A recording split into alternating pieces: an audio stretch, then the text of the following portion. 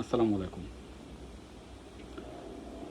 ৫ই আগস্টের পর থেকে সবচেয়ে বেশি কমেন্ট আসে হচ্ছে, আপনি ১৬ বছর কোথায় ছিলেন? আপনি আওয়ামী লীগের দালাল, স্বৈরাচারের দালাল, এবং এত সুন্দর করে হাদিস বর্ণনা করবে যেন আল্লাহ ওনার উপর হাদিসগুলো ওহী করছে। বা এত সুন্দর সুন্দর কমেন্ট করবে, মানে এত লজিক দিয়ে কমেন্ট করবে, ইতিহাস মানে নিজেরা তৈরি করে ফেলছে। ওরা ইতিহাসবিদ আর সব ইতিহাস ভুল।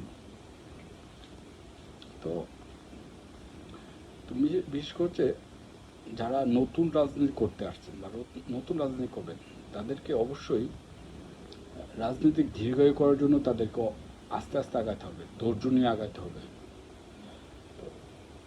৫ই আগস্টের পরে আপনারা যে কমেন্টগুলো করেন বা যাদের নিয়ে কমেন্ট করেন, যাদের নিয়ে চিন্তা চেতনা করেন, আপনারা ভাবেন যে পৃথিবীতে সবচেয়ে খারাপ মানুষ এরাই, পৃথিবীর সবচেয়ে দূষিত মানুষ এরাই, এরাই মানে অনেকে তো ফেরাউন টেরাউন বলেন, আমি ওইভাবে চাচ্ছি না। সবচেয়ে খারাপ মানুষ এরাই, এবং যারা আওয়ামী লীগ করছে। একবার চিন্তা করবেন, যারা আওয়ামী লীগ করছে সবাই যে সব এক ধরনের তা না, আবার সবাই যে খারাপ তাও না, সবাই যে ভালো তাও না।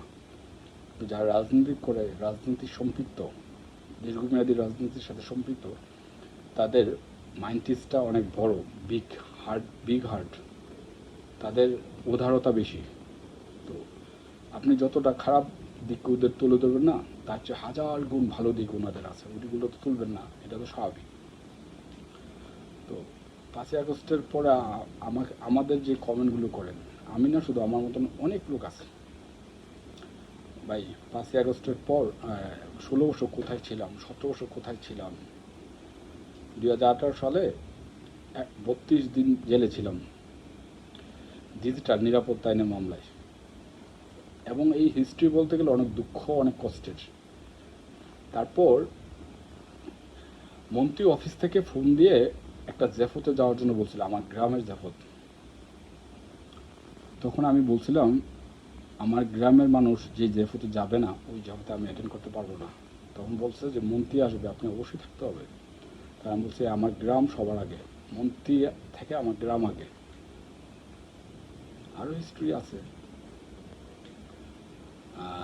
উপজেলা নির্বাচন ২০২৪ সালের, আমাকে মন্ত্রী অফিস থেকে ফোন দেওয়া বলছে, আপনি ওনার নির্বাচন করতে হবে।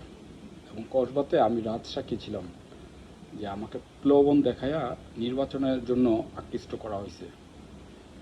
আমাকে বলছে যা লাগে তাই দিবে আমি নির্বাচন করতে। আমি বলছি না, আমি কমিটমেন্টে রেখেছি, নির্বাচন করতে পারবো না।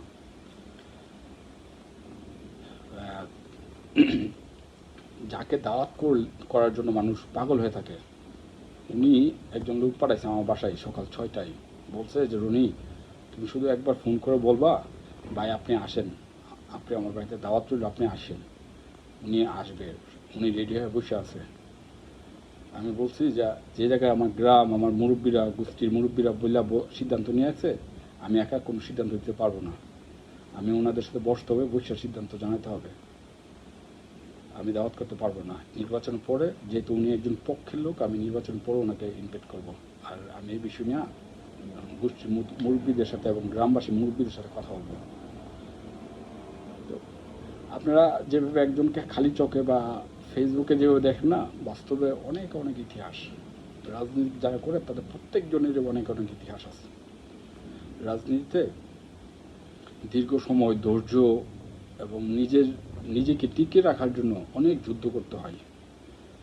4টা মামলার আসামি এখনও। আমার আম্মা বলতে পারবে, আমি গ্রামে গেলে ঘুমাই না, বাসায় ঘুমাই না। আমি কার কার বাসায় ছিলাম তারাও আমার ভিডিওটা দেখলে রিপ্লাই দিতে পারবে, রাতে গেলে কার বাসায় থাকতাম। যেভাবে ভাবছেন তাও না। আবার অনেকে প্রশ্ন করতে পারেন, তারপর আপনি আওয়ামী লীগ করেন কেন, এত কিছু বলো। ভাই, আমি যারা আমার বিরুদ্ধে মামলা দিছে তাদেরকে আওয়ামী লীগে আমরা আনছি, আমাদের মাধ্যমে ওরা আওয়ামী লীগে সম্পৃক্ত হয়েছে। আমি ওদের ভয়ে বা ওদের জন্য আমি আওয়ামী লীগ ছেড়ে দেবো? আর রাজনীতিতে তো পক্ষ বিপক্ষ দ্বন্দ্ব থাকতেই পারে, তার জন্য তো দলের সমর্থন, দলকে ডিনাই করা যাবে না। আপনি আপনার জায়গায় স্ট্রং থাকেন, আপনি আপনার মন মানসিকতা রাখেন, আর বিপদ আসবেই।